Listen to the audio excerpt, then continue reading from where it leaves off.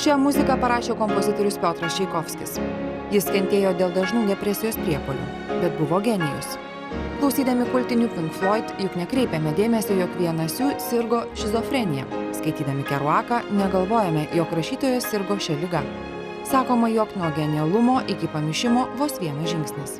Nebūtinai jie yra visam gyvenimui, be abejo yra sutrikimų, kurie gali būti tiesiog kažkokia reakcija į stresą. Žmogus negali prisitaikyti prie staiga pasikeitusių sąlygų, prie staiga kažkokios netekties, prie kažkokio tai gedulo. Ir tai yra trumpalaikis sutrikimas, kuriam reikalinga trumpalaikė pagalba ir nebūtinai medikamentinė, gali būti ir psichoterapinė, gali būti ir psichologinė.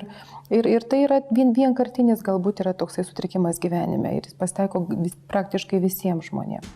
Psichikos ligos vienos labiausiai paplitusių ir tebeplintančių ligų. Lietuvoje 5 procentai žmonių serga vienomis ar kitomis psichikos ligomis.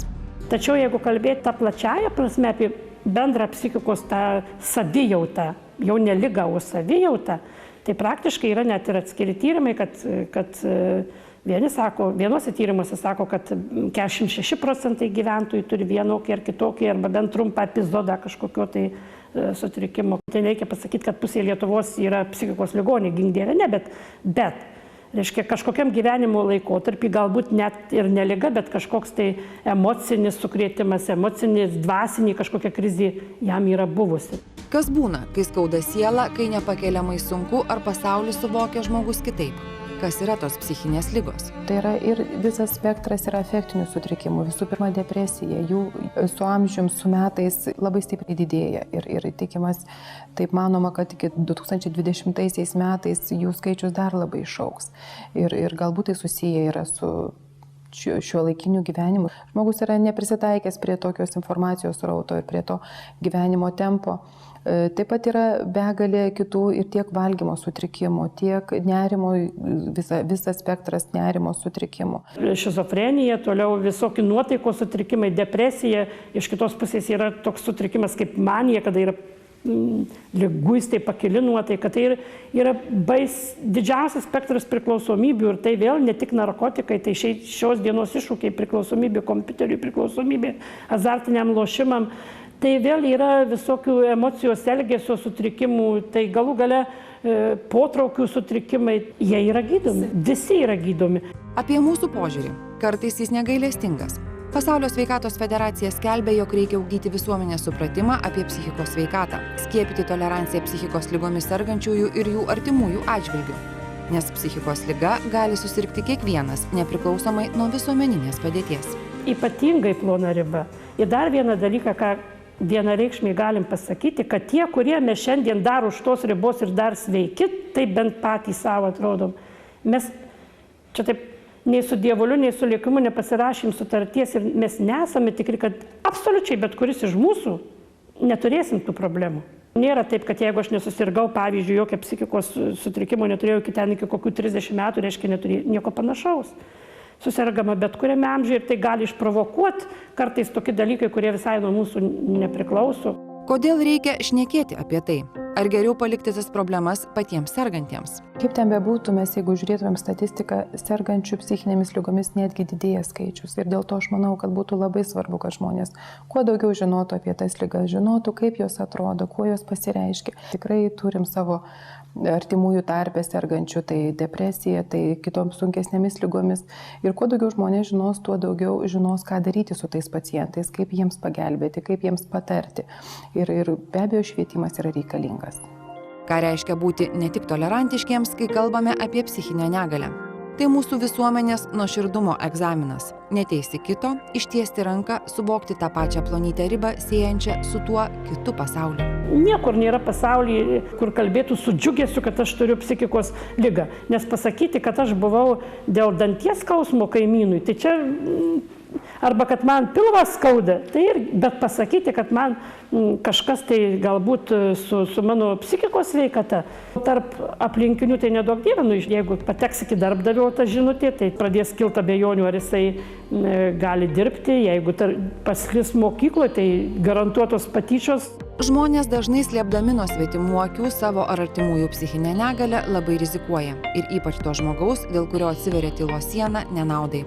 Tai tarsi uždaras ratas. Bijo vis dar tų psichiatrų, vis dar galvoja, kad tai yra kaip ir kažkokia nuodėmė, kad jau pirmą per visus kitus reikia specialistus apeiti, bet pas psichiatrą jau eina paskutiniai vietoje. Dar baisesnė baimė apima šeimą, pastebėjus pirmuosius kažkokius tai savo artimo žmogaus sutrikimus, sakykime. Tada pirmas labai dažnai susiduria su specialistais, su tuo sakot, jeigu būtų atėję anksčiau. O kodėl neteina anksčiau? O dėl to, kad pats pirmas negali būti, kad tai mano artimajam atsitiko. O gal dar kaip nors mes čia kaip nors kažko pasitarsim, kažką, biškį arbatos pagersim ir tik dabar visi susitarkim, darykim viską, kad tik niekas nepastebėtų. Kai pradedame domėtis to žmogaus gyvenimu, pradedam nuo vaikystės klausinėti ir staiga pamatom, kad iš tikrųjų sutrikimai ir problemos yra atsiradę jau gana seniai, bet artimieji kartais sako, aš galvau, kad taip ir turi būti, aš galvau, kad taip jam yra priimta, kad tai yra toks jo charakteris. Daug sunkiau yra padėti tada, kada jau tas procesas nuvažiavęs ganėtinai toli. Deja, daugelis psichikos ligų užuomazgų gali būti ir ypač jauname amžiuje, daug ankstyvesnėje ligos stadijoje. Jeigu kalbant apie vieną sunkiausių tokių gal psichikos sutrikimų, būtent šizofreniją, tai jos pradžia yra jauname amžiuje. Suserga dažniausiai vėlyvoje paauglystėje arba jaunystėje. Tai yra jauni žmonės, tie, kurie turėtų pradėti studijuoti, dirbti darbus, bet juos labiausiai ir liga tuo metu ir prasideda. Ir dėl to jauniems žmonėms atrodo, kad niekas nepagalvoja, kad jauni žmonės gali sirgti, bet būtent jauni ir suserga. Žymiai geriau būtų, jeigu mes tą žmogų grąžintumėm į darbinę aplinką, į savo gyvenimą ir tegu jisai dirba, gauna, kad ir brangius vaistus, bet jis bus socialiai ir darbe adaptuotas ir jisai galės dirbti savo darbus, turėti savo šeimą ir gyvenimą. Ir pabaigoje klausimas, kuris neduoda ramybės tiems, kurie kaskart su skaudama širdimi pagalvoja ir kasdien mato kitokios sielos žmogų. Ar yra išeitis, viltis ir kelias atgal?